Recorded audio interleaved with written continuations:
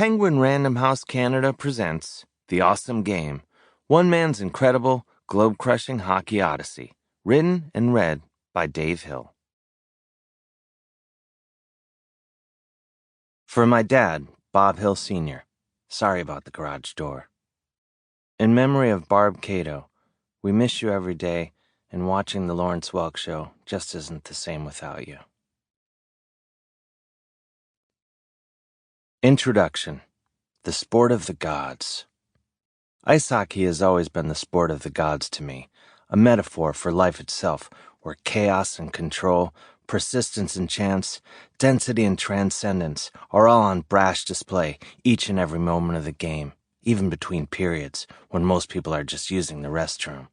And don't get me started on the hair, the discussion of which could fill its own glorious yet deeply disturbing book if my publisher would just cut the damn check already.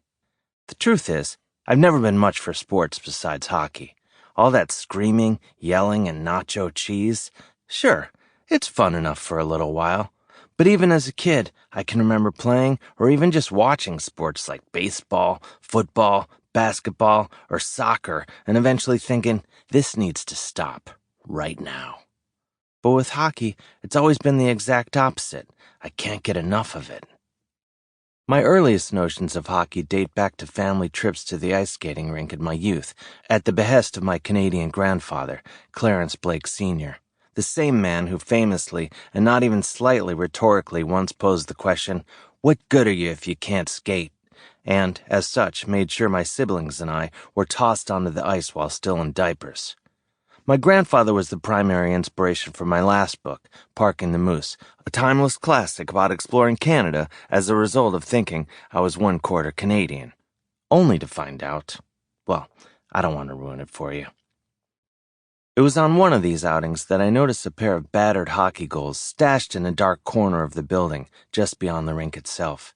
They were mysterious contraptions that, along with the acrid smell of the place, told me there had to be more going on here besides me stumbling around the rink for a few laps before spending the rest of the day spilling hot chocolate down the front of my sweater as I teetered around the concession area on old hand-me-down skates. Soon, questions were asked, and before long a whole new world was revealed to me. One where grown men with proudly missing teeth barreled down the ice with equal parts abandon and finesse, and enough people in the stands thought it was a good idea to occasionally throw a dead octopus onto the ice that it had officially become a thing. I followed the usual path of the hockey obsessed after that, starting with street hockey out in the family driveway, where I broke enough Sample complete. Ready to continue?